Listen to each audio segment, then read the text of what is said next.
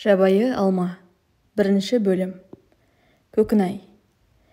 Тау бөктері тұтасқан жабайы алма болатын. Соғыс жылдары біз, жас балалар, қалың бір кезге қол-аяғымызды қызылала жосағып жырғызып, ұзақты күнге алмадан алма таңдап, сол бөктерде тентіреп жүруші едік. Қышқылтым ақ алма тістегеніңде мұз шайнағандай қаршылдайтын. Сәлден кейін тісті қамап қалатында, зар қақтырып бастырмай тастайтын. Сонда да жейтінбіз. Тапшылықта қабысқан қарынды алмамен болса да істелеп жуату керек. Ішіміз көгеріп, ауырсына ыңқылдап жататын кезімізде көп еді. Қоңыр самал соғатын. Ит мұрын, қарақат, бүргездердің неше алуан иісі аңқитын. Бірақ ақ алманың, жабайы алманың қымыз иесі бәрінен де ерекше еді. Қай жағыңа қарасаң да, бұтақтары сынып кетердей боп иіліп, көзді арбаған ақ алма сықасып тұратын. Тістеріміз жарқырап, қашыр-қашыр шайнайтынбыз. Кешке қарай өрістен қайтқан малмен бірге алма толы бір-бір дорба қоржындарымызды арқалап, біз де ауылға бет алатынбыз. Ауылдың желке тұсына жеткенде, жолымыздағы көлденең тұрған жалғыз түп үлкен алып алмағашты айналып өтеміз. Ірі ақ алмалары жерге түсіп төгіліп жатады. Бірақ біз оған жолай алмаймыз. Өйткені бұралқы қарағаншық соның түбіндегі үңгірді мекендеп алған. Жылда күшіктейді де, бізді мүлде маңайлатпайды. Жақындап кетсек ақ үңгір түбінен тістері сақылдап, ырылдап, зәре-құтымызды ұшырады. Қарағаншық жайында балалардың арасында рас өтірігі аралас толып жатқан аңыз әңгімелер де бар. Кейде бірімізден біріміз білгішсініп асып түсу үшін сол әңгімелерді жарыс айтатынбыз. Қарағаншықтың анасы қыран бүркітпен Құмайтазыдан туған желқұйын тұйғын екен.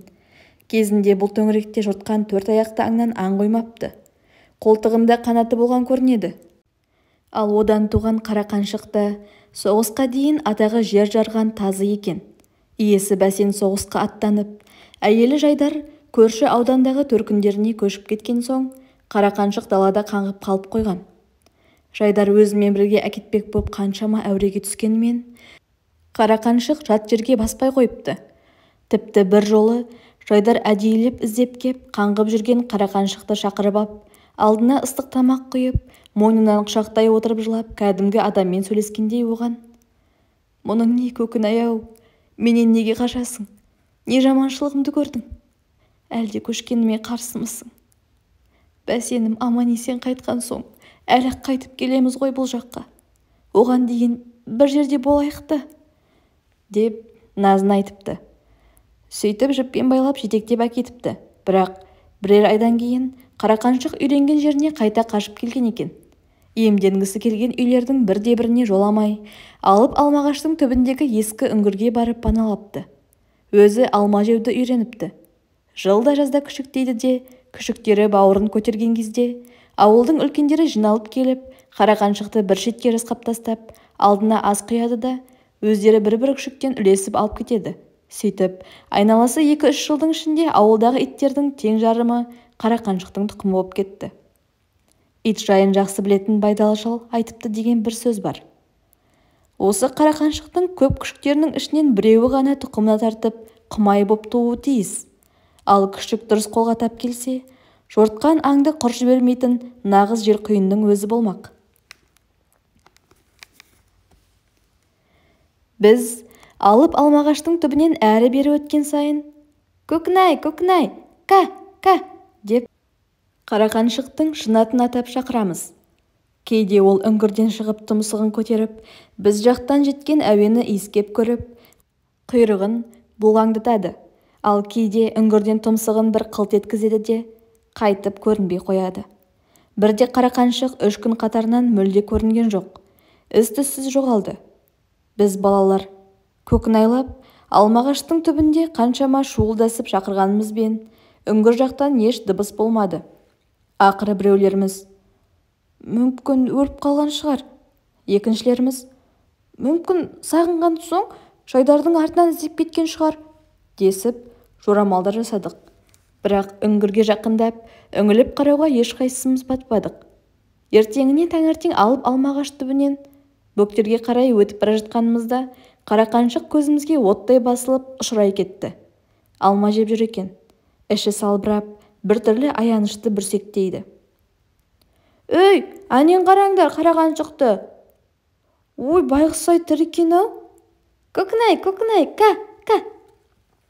Бұл жолы дағдысынша әуені иіскеп, құйрығын бұлғаңдатқан жоқ.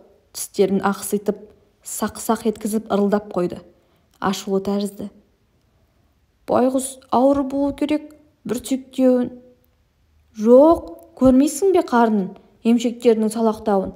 Осы дәуде болса күшік деген сияқты. Рас-ей, күшік деген. Ура! Қарағаншық күшік депті. Биылғы күшігінің біреуін біз аламыз. Ура! Онан соң бәріміз жерге шөке түсіп отыра қап, демдерімізді ішке тартып тың-тыңдай бастадық. Үңгір жақтан жас күшіктердің әлсіз ғана шиқ-шиқ қыңсылағандары естілді. Сол арада дереу үйден қалтамызға салып шыққан азын-аулақ нандарымызды жинап, қарақаншыққа тастадық. Байғұс әбден ашыққан екен, көзі қып-қызыл болып, ыр-ыр етіп, нанды қомағайлана асайды. Бұл күн біз үшін мейрам болды. Түскеде алма теріп жүріп, айтатын екі әңгімеміздің бірі қарақаншық төңірегінде. Соның соғыстан бұрын ел аузына тараған алғырлық даңқы жайлы, әрқайсымыздың үйіміздегі оның күшіктері туралы, олардың анасына тартқан кейбір ерек қылықтары туралы айтып тауыса алмаймыз. Бірімізден біріміз асып түскіміз келеді. Байдалы шал айтқан Құмай күшігі меніңше осы жолы туған болу керек, дейді Сыпытай деген бала білгішсініп. Өйткені 3 күн бойы көрінбей жатып күшіктеуі тегін емес. Ендеше мен өзім осы жолғы күшіктердің ішінен таңдап алам. Мен де осы жолғы күшігінен алам. Онда естеріңде болсын, Құмайы болатын күшік өте нәзік, әлсіз боп туылатын көрінеді. Өй, сен де соғады екенсің. Мен соғып тұрғам жоқ. Со Байдалы шалдың айтқаны. Өйткені күшік нәзік, әлсіз болса, кейін жер құйын болуы оп-оңай. Өстіп, дуылдасып жүріп кештің қалай түскенінде аңғармаппыз. Дорба, қоржындарымызды арқалап ауылға қайттық. Дәл алып, алма ағашқа таянғанымызда алдымыздан шаң-шұң айқай, қыз баланың зажылағаны естілді. Жүгіре басып бәріміз жотаға көтерілдік. Алып алма ағаштың түбінде қолында көк шыбығы бар Сыпытайдың апасы Бүбітай Тоштан деген жетім қызды шырылдатып қуып жүр екен. Тоштан біздерден бірер жас үлкен жетім қыз. Шешесі жағынан ағайындас болған соң, Бүбітай оны қолына кіргізіп алған еді. Ертеден кешке дейін үй шаруасын істейтін. Міне, сол Тоштан қолында күрегі бар, зар еңіреп қашып жылап жүр. Апатай-ай, апатай, басқа не айтсаңыз да істейін, бірақ мұныңызды істей алмаймын, апатай, обал ғой, апатай, деп жылайды. Мен саған көм деймін, жаман қар, сүтті ішкізген, нанды жегізген сенсің, енді көм ғане, мынау тілімді аламай, жоқ па?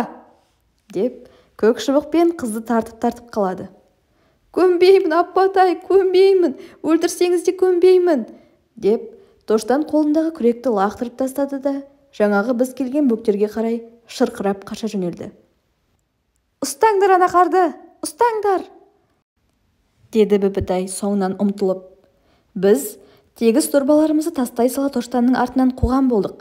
Бірақ сирағы ұзын қыз жеткізсін бе, лезде қалың бүргездің арасына кіріп адастырып кетті. Оны жер-жебіріне жетіп біраз қарғап сілеген Бүбітай алып алмағаштың түбіне қайта оралып, әлгінде Тоштан лақтырып кеткен күректі алды. Аңтарылып тұрған біздерге бүгін түсте қарақаншықтың есік ашық қалған кезде ауыз үйлеріне кіріп бір қазан сүтті ішіп, бір табан нанды жеп кеткенін айтты. Және бүйте берсе кейін күшіктерінің бәрі ұры боп өсіп, ауылға ұры иттер қаптап кетеді деді. Ондай болса, мен ол қарақаншықтың өзін де өлтіремін, деп қоқиланды Сыпатай. Біз үңгірге жақын келіп, үңіліп қарағанбыз. 5-6 жас күшік біріне-бірі ұйлығып, ұмар-жұмар боп шиқ-шиқ қыңсылайды. Қарақаншық бұл маңайдан көрінбеді. Әдіре қалғыр иесі жоқ қаншықтың күшіктей бергені қайбір жақсылық дейсің? Деп кеп, Бүбітай үңгір аузын күрекпен опырып, ішіне қарай құлата бастады. Үстеріне ауыр кесектер құлаған, жас күшіктер жылаған балалардай баж-баж шаңылдасып қыңсылайды. Бүбітай қарулы әйел еді. Алмағаш түбінің лезде астан-кестеңін шығарып, үңгірді жермен жексен қып бітеп тастады. Әуелде қатты қыңсылағандарымен күшіктердің үні де тез өшті. Біз, балалар, бір-бірімізге жаутаңдап қарағанымыз болмаса, осының бәрін үнсіз бақыладық та тұрдық. Онан соң Бүбітайға еріп, шұбап ауылға қайттық. Ымырт үйіріліп қалған. Артымызға қайырылып қарай береміз. «Әне, қарақаншық келді», деді бір бала сыбырлай сөйлеп. Алып алмағаштың түбінде жер искелеп қарақаншық жүр екен. Бір-екі рет әлдекімді шақырғандай үріп қойды. Онан соң қыңсылады, жер тырмалап ұлыды. Ертеңіне таңертең тұра сап, біз, балалар, алып алмағаштың түбіне тартқанбыз. Әуелі алыстау тұрып, «Көкнай, көкнай, ка!» деп шақырып көрдік. Бірақ қарақаншық еш дыбыс бермеді, көрінбеді де. Біз қорқақтай басып, үңгірге таяп келдік. Кешегі Бүбітай көміп, тегістеп кеткен үңгір қайта қазылып, іштегі топырағы қобырап сыртқа шығып қапты. Жақын кеп өңілдік. Бірде-бір күшік көрінбейді. Сірә, қарақаншық өлі де болса күшіктерін басқа жаққа қазып әкеткен сияқты. Дөңірегін тегіс шарлап, кешке дейін іздеп көрдік. Бірақ қарақаншықты да, оның өлі күшіктерін де таба алмадық. Қарақаншық со күйі ұшты күйлі жоғалды. Біз біраз уақытқа дейін сөз қылып жүрдік те, кейін ұмыта бастадық. Алып алмағаштың алмасы өзімізге қалды. Үйден шыға саламыз да, күні бойы соның түбінде боламыз. Асық ойнаймыз. Онан қала берсе, үңгірді кеңейтіп, түбіне сабан төсеп үйшік жасаймыз. Күзге қарай алып алмағаштың ақ алмасы сарғылданып, уылжып пісе бастады. Қанша жесең де тісіңді қармамайды. Дорбаға толтырып, үйге әкелгеніңше езіліп кетеді.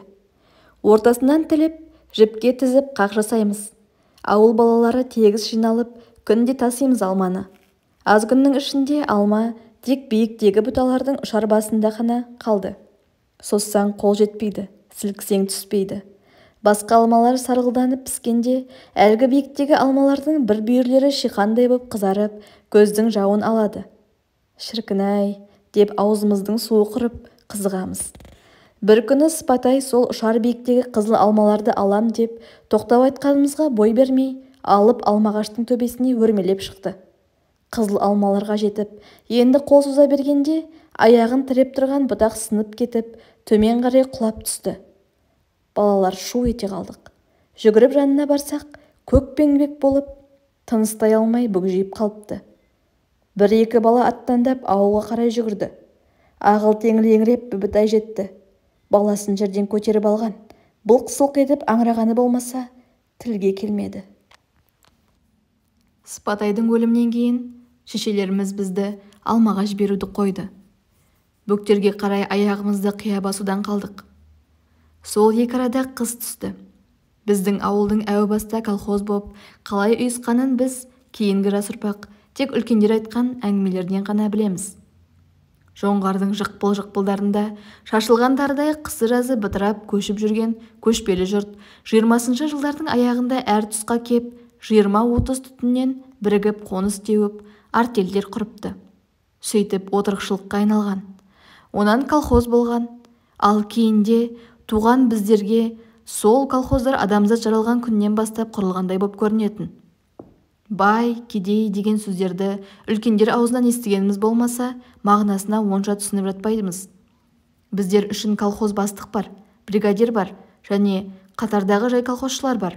Бай боп тұрған ешкім жоқ, және бір кезде, яғни біз тумастан, небәрі 10-15 жыл ғана бұрын бүкіл бір ауылдың малы тегіс бір адамның меншігі болды деген ақылымызға онша сыймайтын.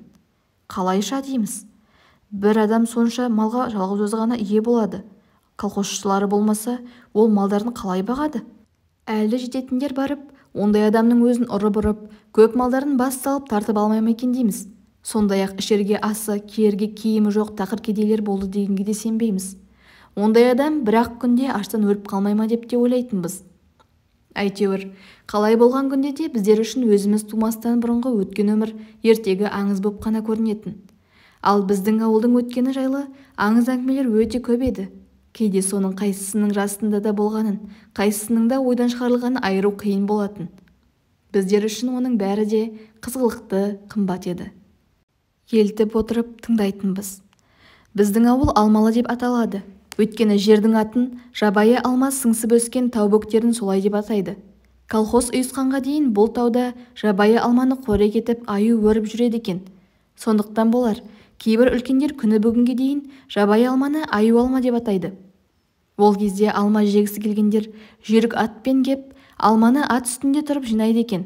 Егер адамның алманы үзіп жатқанын бір аю көріп қалса, қазандай тасты көтеріп ап, ақырып қуатын көрінеді. Сонда бүкіл алмалы бойының аюлары тегіс үн қосып, біздің алмамызда адамзаттың не қақысы бар десіп, долданысып, жер-көкті азан-қазан етіп, тітірентіп жібереді екен. Әжеміз осы әңгімені айтып отырған кезде біздердің зәреміз ұшушы еді. Бір көрімі, біз туған кезде сол өріп жүрген аюлардан ізде қалмапты. Ол кезден қалған бір ғана белгі, әлгі алып алмағаштың түбіндегі үңгір ғана. Оны аюлардың патшасы мекендепті. Екі адамның құшағы әзер жететін кәрі алма ағаш о баста киелі саналған көрінеді. Ары өткен, бері өткен көшпелі ел әлгі киелі ағашқа қызыл байлап, яки теңге тағып өтетін болыпты. Ал аюлардың патшасы сол ғұрыпты түсініп, ондай адамға тимейді екен. Ол алма ағаштың түбінен өткендеріңде ең болмаса шүберек іліп кетіп жүріңдер, деп қоятын әжеміз. Ту, әже, соғанда сенесіз бе? Киелі түгі де жоқ, дейтін сондайда Нәзира әпкем. Тегар, тіліңді кесейін бе, осы, деп әжем зекіп тастайтын. Әжеміз діншіл адам, ертелі-кеш аузынан алласын тастамайды. 5 уақыт намаз оқиды. Ең соңында ылғи күбірлей сөйлеп, жаратқан, ондағысына онда, мұндағысына мұнда, бір өзің медет бола көр, деп қоятын. Сонан соң жапырлай қарап тұрған бізге, о жаман түгелер, кәне, алақандарың жайып көкемізді аман қыла көр деп жақсы тілеулеңдер, деп бұйыратын. Біз жапа-тармағай қолымызды жайып, көкемізді аман қыла көр, көкемізді аман қыла көр, деп әлденеше қайталап тілеу тілейтінбіз. Сүмірейе қалған түрлеріміз күлкілі болу керек. Үй шаруасын істеп жүрген Нәзира әпкем шыдай алмай, мырс ете беретінде, зытып далаға кететін. Осыған бірдеңе көрінген шығар. Ой, пәтуасыз неме, деп әжем оның соңынан күйіп-пісіп қалатын. Тегінде әжем мен Нәзира әпкем екеуінің арасында ымыраға келмес алшақтық болушы еді. Әпкем әжемнің әрекеттердің бәріне, әсіресе діншілдігіне күле қарайтында, соны сезіп қалатын әжем оған күйіп-пісіп ыза болатын. Нәзира әпкем соғыс басталардың алдында аудан орталығында оқып, 7-ші класты бітірген. Онан әрі оқыған жоқ. Көкем әскерге кетісімен, апама қолғабыс етем, 4 ұсақ бала мен әжемді асырауға жәрдем етем деп үйде қалды. Қысы-жазы апаммен бірге жүріп колхоз жұмысын істейді. Осыдан 3 жыл бұрын үлмеген аппарық қыз еді. Бүгінде қол-аяғы балғадай бойжеткен болды. Көрші қолаң кемпір шалдың бәрі, па, шіркін, қыз өссе Нәзирадай боп өссін, бір үйдің ер азаматын жоқтатпас, деп тамсанады. Сондайда араға әжем келігеді. Осы жұрт сұқтан баса жүре алмайды-ау деймін. Түге, қызымды ауыртасыңдар, тіфәйдеңдер, дейді. Онан соң үйге кіріп, қазандықтың күйесін саусағына жағып қайта шығады. Әй, Нәзира, бері келші. Немене әже? Бері кел. Аңқалақтап жүгіріп келген Нәзира әпкем. Не айтасыз? Дейді әжемнің неге шақырғанын біле тұра. Еңкейші бері, құлағыңа бірдеңе айтайын. Нәзира әпкем еңкейген кезде әжем саусағындағы күйені оның бір жақ шекесіне болар-болмас жағып қояды. Болды, бара ғой. Ту, әже-ай, осыған бала жұмысымнан бөліп, маған ешкімні көзде тілі де тимейді. Тайт, әрі, күпір сөйлеме. Балалық шақтан әсіресе мықтап жадымда қалғаны, көктемге қарайғы апам мен Нәзира әпкемнің жұмыстан шаршап титықтап қайтқан кейіптері. Күн ұзын соқамен жер жыртып, қара суықта өңдері қап-қара боп тотығып, шаң топыраққа батып, әбден қалжырап қайтатын. Апамның белінің шойылмасы бар еді. Сол жанына бататын болса керек, қабағы кіржейіп, күйзелген кескінмен өзін салқын ұстайтын. Қарсы алдынан жаутаңдап, өре түрегелгенімізде ешқайсымызға түс жылытып, еркелетпейтін. Ләм-мим деместен, тас қып байлап алған белін шешетінде, пештің іргесіне барып, қашан белінің сырқырағаны басылғанша қозғалмай отыратын да қоятын. Сонан кейін ғана божылдай қайнаған шәугімді алдына алып, маңдайы терши түсіп, тұз қосып, ақ су, шай ішуге кірісетін. Төсек салып жатар алдында апам мен Нәзира әпкем екеуі қол диірменді орталарына алып, ертең пісіретін нан үшін ұн тартуға кіріседі. Біз ұсақ балалар тауықтың балапандарынша шүпірлеп кеп әжеміздің бауырына кіреміз. Бізді ұйықтату үшін әжем ұзақ ертегі бастайды. Үйдің іші ала көлеңке. Жалп-жұлп етіп сығырайып жанған май шамның жарығы қуыс-қуысқа жете бермейді. Ірге жақтар күңгірт тартып зәремізді ұшырады. Әжемізге қарай тығыла түсеміз. «Әже, бері қарап жатшы, әже, мен жаққа қарашы» деп әр тұстан тартқылап қоямыз. Апам мен Назира әпкем екеуінің әңгімелері өздерінше қол диірменді бір қалыпты баяу ғана айналдыра отырып, колхоздың жұмысы жайлы, соғыс жайлы екеу ара күңкілдеп сөз етеді. Ол екеуінің әңгімелері бізге онша қызықты емес. Кейде әжеміз айтып жатқан ертегісін үзіп тастап, «Тұқымды сеуіп болдыңдар ма?» деп сұрайды апамнан. «Жоқ, кіші Ақбелге ертең түсеміз, сонымен боламыз», дейді апам дауысын көтере үн қатып. «Тездетсеңдерші, топырақ құрғап кетпесін. Адам жетіспей жатыр емес пе?» Жаратқан бір Алла, кіші Ақбелге биыл не себетін едіңдер?» «Тары». Жөн, ол жерге тары жақсы өседі. Баяғыда Жәпіш деген жатақ сол кіші Ақбелге бір қап тары сеуіп 20-30 қап қып жинап алатын. Мұнан әрі әжеміз ертегісін қайта жалғастырып әкететін. Кейде әжеміз апам мен Нәзира әпкемнің әңгімелеріне құлағын түріп тына қалатын. «Сонан кейін не болды, әже? Ары қарай айтсаңызшы?» деп біз әрт бүйірден қыңқылдай бастаймыз. Түге, қоя тұрсаңдар сөз тыңдайын». Өздерінің әңгімелерін әжемнің де тыңдап жатқанын білген Нәзира әпкем мұнан әрі естірте сөйлейді. «Бүгінгі келген газетте біздің әскерлер Украинаның ең үлкен қаласын жаудан азат етті деп жазыпты. Дұшпанның қаншама әскерін, соғыс құралдарын, техникасын жойған көрінеді. Кескілескен ұрыс дейді». Алла, өзің жар бола көр. Әлгі көкеңдер қай жағында жүрген көрінеді? «Көкем солтүстік батыс майданда ғой». Әйтеуір, әлгі кескілескен жерден аулақ болсын да, сөйдеп жатсаңдаршы. Осы кезде көшеден аттандаған әйел даусы шығып, ауыл үйдің арасы шаң-шұң болды да кетті. «Ойбай, тағы да не боп қалды? Тағы қай сорлының үйіне жаманат келді? Нәзира, жүгір!» деді әжем басын көтеріп. Назира әпкем далаға атып шықты. Апам диірмен тасы төңкеріп, тартылған ұнды тегешке салып, үсті басын қаққыштай бастады. «Әлгінде кешкісін ғана ауыл советте болғанымда ешқандай жаманат хабар жоқ сияқты еді ғой», деп қояды. Әлден соң Назира әпкем қайтып оралды. Көзі бағжаңдап, ентігін баса алмайды. «Бүбітай жынданыпты», деді. «Тегар, не дейді?» деді әжем мен апам қосырлана тіксініп. «Рас, жаңа кешкісін өрістен қайтқан сиырын сауыпты да, сүтін астауға құйып есігінің алдына шығарып қойып, онан соң өзі соған қарап мөлиіп отырған. Мұның не десе, пісіріп отырмын депті. Сөйтіпті де аттандап жылап, өзінің бетін өзі тырнай бастапты». «Астағапыралла», деп көкірегін ұстаған әжем күбірлеп дұға оқыды. «Айтып ем ғой, Көкнайдың қарғысы жібермес деп, айтып ем ғой». Сөйтіп келер жылы көктемде Бүбітай жынданды. Ертеден қара кешке дейін есігінің алдына шығып отырып алады да зарлап өлең айтады, жылайды. Күйеуінің, баласының аттарын атап аттандап дауыс салады. Өзі қара қайыстай боп, қатып семіп, түрі адам шошылық күйге түсті.